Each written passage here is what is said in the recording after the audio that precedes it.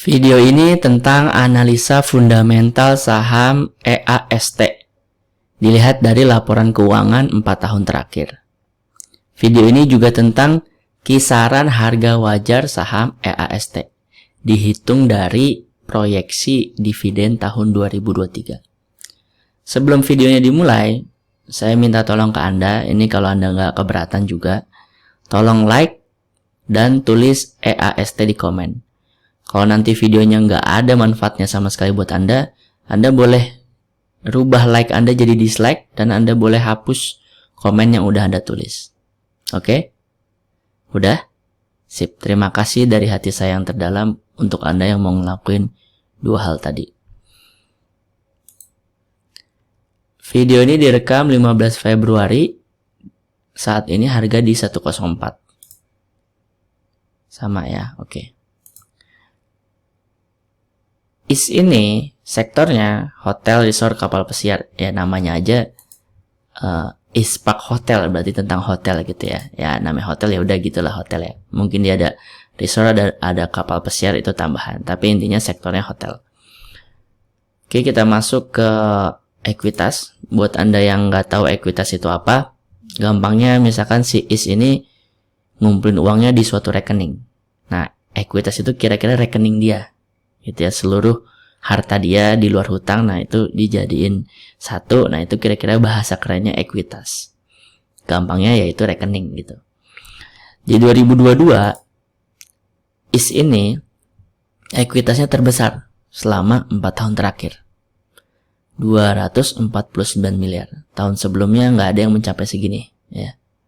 21, 245 miliar, 20, 244 miliar, 2019, 241 miliar. Jadi ini adalah ekuitas terbesar selama 4 tahun terakhir. Selesai topik ekuitas. Sekarang topik laba. Topik laba itu kalau gampangnya kayak kalau orang gajian. Kalau tiap tahun seseorang gajiannya meningkat, wajar kalau rekening dia membesar, isinya membesar. Ya. Nah, laba ini kalau IS di 2022 juga laba terbesar, 29 miliar. 2021 cuma 12,1 M, 5,1 M, 8,9 M. Jadi sekarang ini IS ini 29,7 miliar adalah laba terbesar selama 4 tahun terakhir. Lalu selama 2 tahun terakhir juga ini naik terus ya, dari tahun ke tahun labanya. Jadi ini sinkron nih, labanya naik, ekuitasnya naik. Oke, sekarang kita ke topik dividen. Topik dividen itu adalah gampangnya kalau dijadiin manusia, topik sedekah. Seseorang yang gajinya tiap tahun meningkat, rekeningnya tiap tahun membesar, aneh atau lucu atau nggak berguna atau nggak bermanfaat kalau dia nggak sedekah. Nah, di saham ada sebagian investor yang memiliki kepercayaan seperti itu. Percuma saham kalau ekuitasnya membesar tiap tahun, labanya meningkat tiap tahun, tapi kalau dia nggak bagi dividen percuma. Ada sebagian investor yang memiliki kepercayaan seperti itu. Saya sendiri termasuk yang memiliki kepercayaan seperti itu. Di dividen ada 3 istilah, EPS, DPS, dan DPR. EPS itu adalah total keuntungan.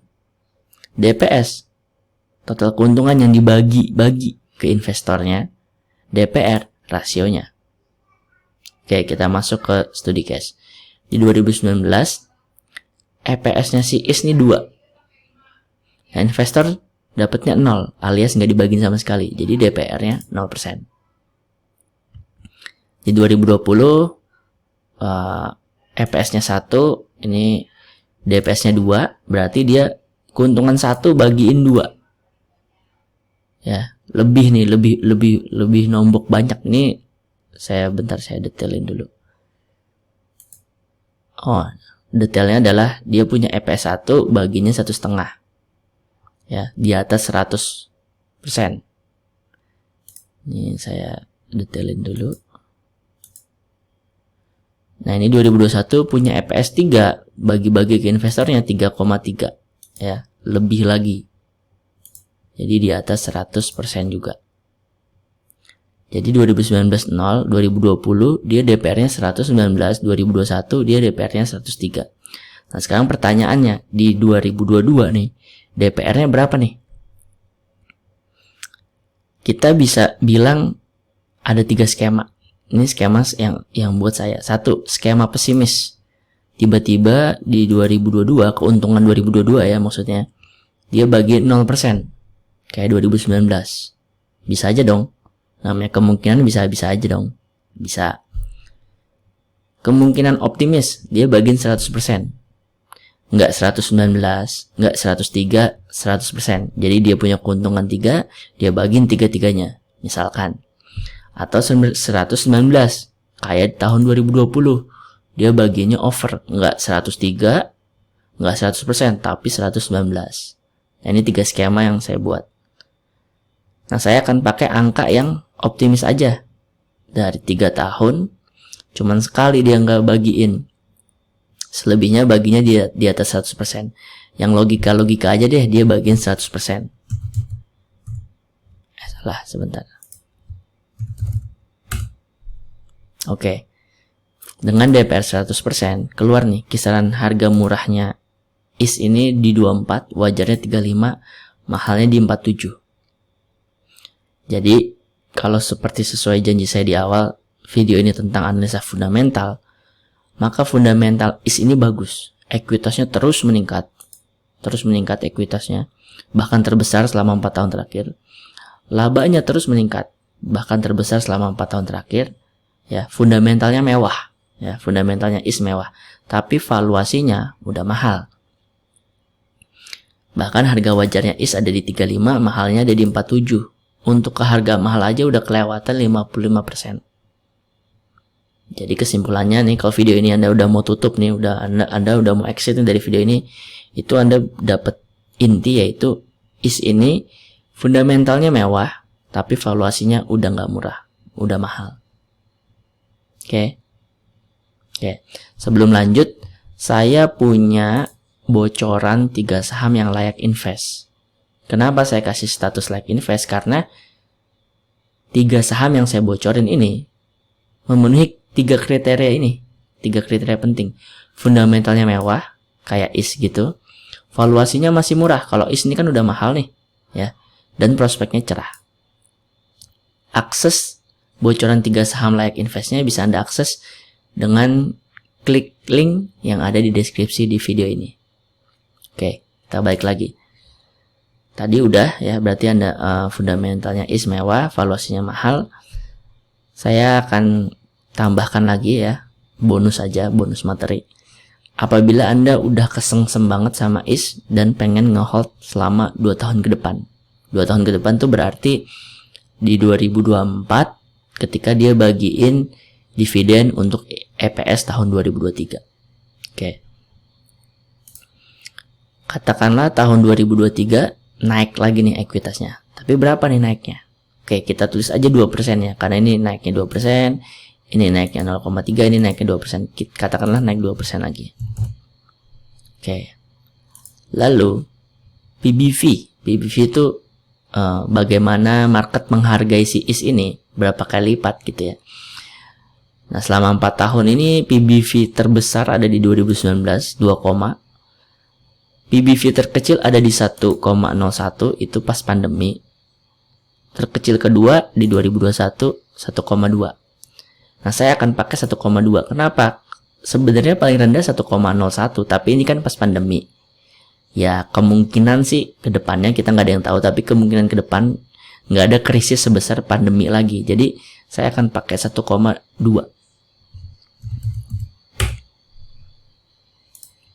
1,21 deh. Lalu labanya si IS berapa nih tahun depan?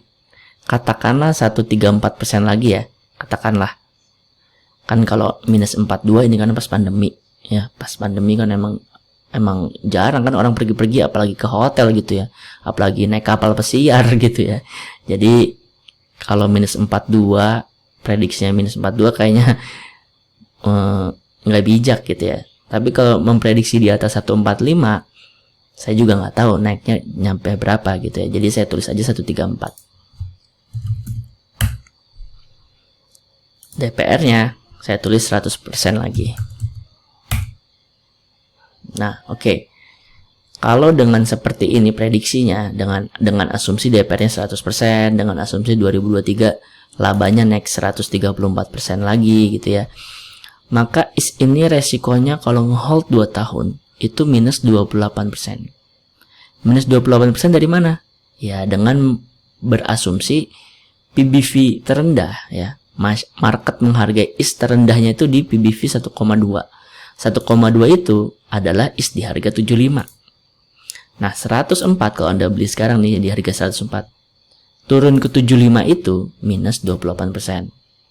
Itu resiko secara harga, yaitu minus 28%. Tapi kalau misalnya ngehold 2 tahun sampai 2024 gitu ya, itu dari dividennya aja Anda udah dapat gain 18,49%. Nah, kalau dikurang-kurangin antara resiko dengan dividen, maka Anda kalaupun mau ngehold selama 2 tahun, resikonya adalah Anda minus 10%. Nah, itu kalau bahas dari resiko. Ya. Namanya risiko bisa jadi nggak pernah sampai turun ke sini, bisa jadi nggak pernah turun sampai ke 75, bisa jadi, tapi bisa juga turun lebih rendah daripada 75. Tapi kalau ngelihat rata-ratanya 75 sih angka terendah, atau minus 28% itu adalah resiko terbesar. Nah, mungkin sekarang pertanyaannya, oke, itu tadi resiko 2 tahun, terus dari dividennya dapatnya segini, berarti resikonya kira-kira bersihnya minus 10%. Oke, terus kalau potensinya, nah kalau potensi saya nggak tahu. Ya, kalau saya mindsetnya kalau mau invest di suatu saham mikirin resiko dulu. Kenapa? Kalau potensi mah tinggal terserah market, terserah bandar, terserah news, terserah isu dan segala macam. Yang saya pegang adalah pegangan. Saya nggak mau berpegangan sama harapan. Gitu. Jadi kalau saya invest di suatu saham karena saya mau pegangannya sama pegangan yang benar, ya. Kalau pegangannya sama harapan itu kan nggak nyata gitu. Nah, karena saya mau pegangannya sama yang benar, saya ngelihat EPS, dividen, karena itu benar-benar dibagiin. Ada sejarahnya, ada datanya, ada buktinya. Nah, jadi kalau misalkan pakai pandangan dividen, seperti yang saya bilang, valuasinya udah nggak murah, bahkan udah mahal. Dan kalau di hold sampai 2 tahun pun dengan sabar sampai 2024, itu dividennya masih lebih gede dibandingin resikonya. Gitu. Jadi inti dari video ini adalah saya ngasih tahu bahwa IS ini bagus, fundamentalnya mewah, valuasinya tapi udah mahal.